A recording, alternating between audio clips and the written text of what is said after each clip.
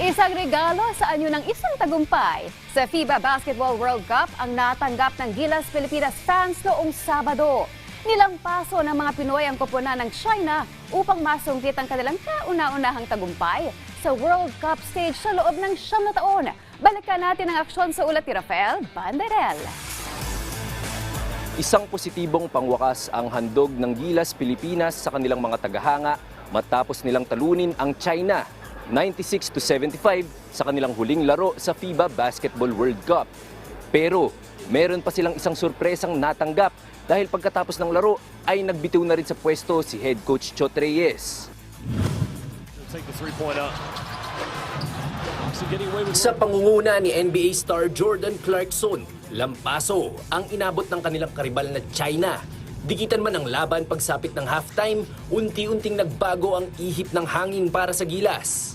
Sa tulong ng mahigit 11,000 Pinoy fans na naghihiyawan sa Smart Araneta Coliseum, ginanahan si Clarkson. Noong ikatlong kanto, tila nakalimutan ni Clarkson kung paano magmintis dahil 4 na magkakasunod na 3-pointers ang kanyang pinakawalan. Eksplosibong 20 puntos sa loob lamang ng 4 na minuto ang nalikom ni JC upang ibaon sa pagkakatambak ang mga Chino.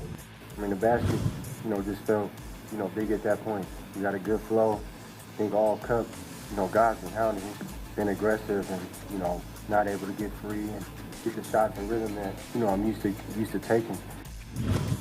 Dahil sa tagumpay na ito, sa ikalawang pwesto ng Group M nagkasya ang Gilas na nangangahulugang kwalipikado sila sa Olympic qualifying tournament sa susunod na taon. Samantala, matapos makatanggap ng kaliwat kanang pambabatikos mula sa sariling fans ng kanyang kupunan, inanunsyo na ni Reyes sa post-game press conference na magbibitiw na siya sa kanyang tungkulin bilang head coach ng Gilas. I always said that, judge us on the performance in the World Cup, regardless of what happened between the time I was appointed and today. I said, judge us by a performance. And obviously, we did not perform. We didn't perform. And like I said, the last game, I take full accountability. And because of that, I think it is time for me to step aside. I hate using the word resign because I'm not a quitter. I am not a quitter. Nang tanungin naman si Reyes kung papayag siyang ma-extend ang kanyang termino upang manduhan ang kupunang lalahok sa 2023 Asian Games, sinabi niyang buo na ang kanyang desisyong magbitiw sa pwesto.